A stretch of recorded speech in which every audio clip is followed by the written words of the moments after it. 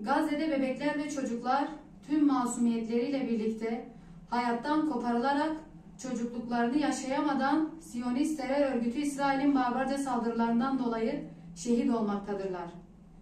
Siyonist terör örgütü İsrail'e dur demek, uluslararası kamuoyunun vicdanını harekete geçirmek ve sivil inisiyatif alan tüm dünya halkları adına 23 Aralık gününü, Dünya Şehit Çocukları Günü'nü biz de Hüdapar Kayseri Kadın Kolları olarak anıyoruz. Can, mal ve nesil emniyetini ayaklar altına alan Siyonist çeteler 7 Ekim'den bu yana kadın, çocuk, yaşlı ve bebekleri acımasızca katletmektedir. Gazze'ye yapmış olduğu saldırılarda hiçbir kural, kaide ve ölçü tanımayan Siyonist çeteler cami, okul, hastane ve sivil yerleşim yerlerini bombalamaktadır. Gazze'de çocukların katledilmesine alkış tutan batılı devlet liderleri başta kendi halkları tarafından büyük protestolara uğramaktadırlar.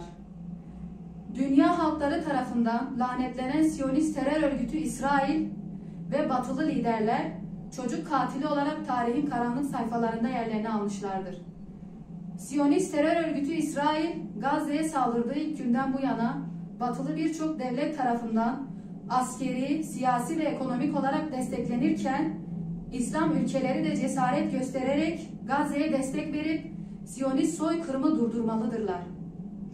Gazze'ye yapılan saldırılar çocuk katliamı yılı olarak tarihin karanlık sayfalarında yerini alırken şu ana kadar yaklaşık 9.000 çocuk vahşice katledilmiştir. Dünyaya sözde medeniyet pazarlayan Batı'nın maskesi düşmüş, çocuk hakları sadece efsanelerde geçen hayali söylemlere dönüşmüştür. Sözde insan hakları evrensel bildirgesi adı altında Batı'nın yayınladığı bildirgelerin hiçbir anlamı kalmamıştır. Söz konusu bildirgelerin sadece masaldan ibaret olduğu ortaya çıkmıştır. Evet, bugün 23 Rim 2023, Dünya Şehit Çocukları Günü. Gazze'nin şehit çocuklarından biri de Rim adlı kız çocuğu olmuştur. Ve bu çocuğun ilginç hikayesi tüm dünya halklarını ayağa kaldırmıştır. Rim, dedesi ve ailesiyle yaşayan Gazze'li küçük bir kız çocuğuydu. Çocukların mutluluk yaşayamadığı bir coğrafyada Rim şehadetinden birkaç gün önce muz ve karpuz istemişti dedesinden. Ama bir gece moloz yığınlarının Rim'in üzerine düşmesiyle uyanan dedesi, Rim'i acılı ama tevekküllü bir şekilde sonsuzluğa yollamıştı. Rim'in küpesi ondan geriye kalan son hatıraydı dedesine. O Rim'in küpesini göğsünde şerefle taşırken bizim göğsümüzde ise tarifi zor bir acı yerini almıştı. İnsan hakları, çocuk hakları, hak, hukuk, adalet hepsinin anlamını yitirdiği bu zamanda Rim'in cansız bedeni ölü kalpleri diriltti ve nice dirilişlere sebep oldu. Dedesinin ruhumun ruhu diye sevdiği Rim'i kaybetmesinin derin acısına rağmen dedenin tevekküllü bakışları ve şanlı teslimiyeti dünyaya gerçek direnişi gösterdi. Ruhumun ruhu diye sevdiği torununun zeytin gözlerine ahirette kavuşmak dileğiyle son veda öpücüğünü konduran bir dedenin acısına sebep olan çocuk katili Siyonist İsrail tüm dünya halkları tarafından lanete uğramıştır. Filistin'e gönül vermiş, vicdan sahibi kimi aktivistlerin çağrısı üzerine Rim'in doğum günü olan 23 Aralık'ı Dünya Şehit Çocukları Günü olarak ilan edilmiştir.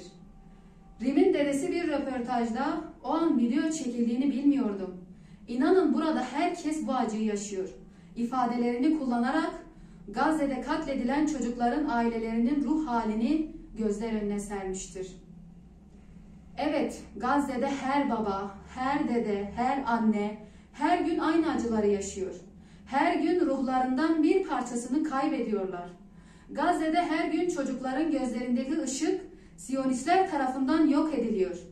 Artık bu vahşet öyle bir duruma geldi ki Gazze'de 3 haftada şehit edilen çocuk sayısı dünyada son 4 yıldaki çatışmalarda katledilen çocuk sayısını geçti. Siyonist İsrail 10 dakikada bir çocuğu, saatte 6 çocuğu ve 4 kadını katletmektedir. Tarih, Siyonist terör örgütü İsrail'in çocuklara yönelik işlediği suçları normalleştirilmesini affetmeyecektir. Gazze'de çocukların yaşayabilmesi için İslam ülkelerinin liderleri başta olmak üzere tüm vicdan sahibi liderleri ve devletleri sorumluluk almaya ve bu vahşeti durdurmak için somut adım atmaya davet ediyoruz. Ama bizler inanıyoruz ki bu masum şehit çocukların kanı yerde kalmayacak. Ve bizler İslam'ın izzetinin Rim gibi çocuklarımızın omuzlarında yükselişine şahit olacağız.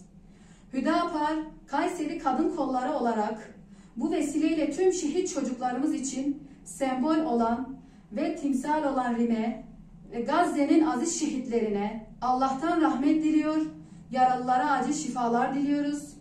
Bu aziz şehitlerin dirilişimize vesile olmasını Rabbimizden niyaz ediyoruz.